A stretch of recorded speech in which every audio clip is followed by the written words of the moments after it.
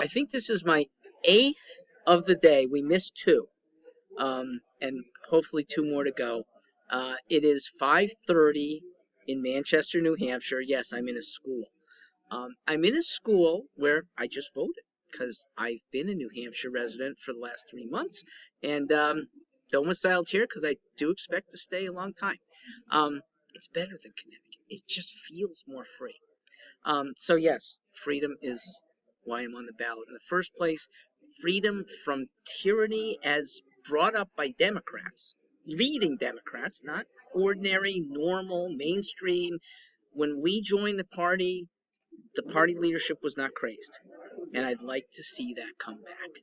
So I'm going to respond. I'm changing topics here. I do believe one topic on the list was firearm protection. Well, a story just hit from my home state, Connecticut, where an appeals court has ruled that Mexico is going to be allowed to sue firearm manufacturers, one of which is Storm Ruger, another is Colt, based in Connecticut, for facilitating drug cartels. They're weapons then used by drug cartels for evil. You can't have this lawsuit go forward because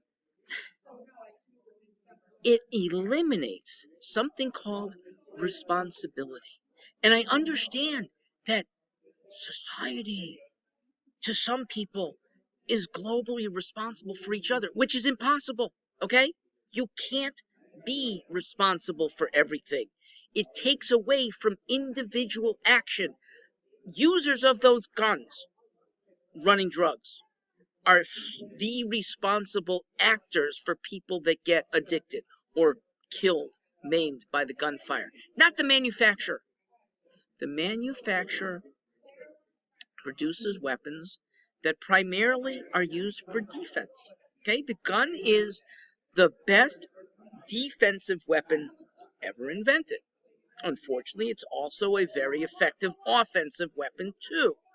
Penalizing for a legitimate use somebody who manufactures an irresponsible use is not proper. Look, to the extent that Colt manufacturing aided a Mexican drug cartel is no different than a coffee maker who sold coffee that keeps a drug lord in Mexico alert so he can stay up late and kill people or sell more drugs. It's no different than somebody who manufactures forks, knives, spoons, and they're not even used as weapons. They're used to help eat and keep drug cartel people alive to do mayhem. You can't call them liable for facilitating the cartels. Guns have had, unfortunately, this reaction. 99.9% of gunfire is for good or neutral, okay, practice. To legislate against the 0.1%, it's almost certainly less than 0.1%, that is doing mayhem, is to leave good people unprotected. Ladies and gentlemen, the police can't be everywhere. Firearms in the hands of good people, trained, are our best defense against the thug who, whether he obtains a weapon, remember, they don't read laws or they don't care about laws, so they're going to have the weaponry no matter what. And even if for some reason they can't get a manufactured gun anymore, they'll have weaponry called baseball bats. They'll have knives. You can extinguish a young woman with your bare hands. You can extinguish the life of a child with a glad bag over his head. The weaponry is not the issue. It's the mayhem intent, and it's human control more than firearm control that we need. Look, I put this, and I'm in a school, so let's say there's still kids here. Let's say a thug with a weapon, knife, is taking away a young boy who can't resist on his own. And there's a couple of adults who maybe in concert might be able to take this guy down, probably not.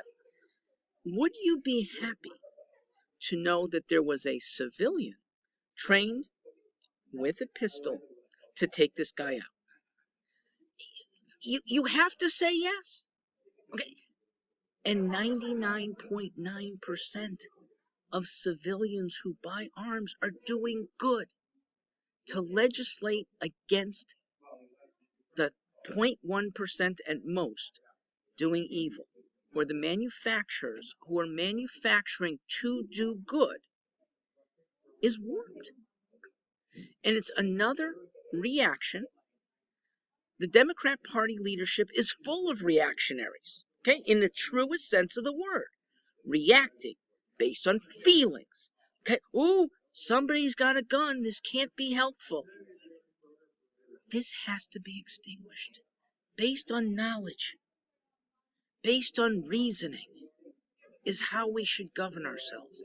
And for God's sakes, courts, which have the time to undo legislation, to think things through, for an appeals court to let a suit like this go through, it implies that we're sunk. Okay, I don't know that this United States can go back to a creed of individualism. I'm going to try, okay? Yeah, in that liberty-minded individualist in a Democrat Party, okay? Yes, for an hour and a half, I'm still on the ballot in New Hampshire. Otherwise, I'll see some of you in Vermont. Please take the message of common sense to the Democrat leaders, because most Democrat voters have common sense. And remember, I'm on the ballot to woo those Democrats away from the nonsensical, feelings-based wokeism. And it's a shame that folks like us don't have very good choices very often on a two-person ballot where one of them is Trump or a Republican that is branded as a Trumpster, and another is a far lefty. Between the two of them, an awful lot of Democrats are going to go far left. They're terrified of the R label. It's a scarlet letter. It's not just a red R. It's a scarlet letter of modernity and modern media. That has to end too. Look through it. Not every Republican is a Trumpster. And too many Democrats are falling in for far lefties who are far less American than we've ever seen before.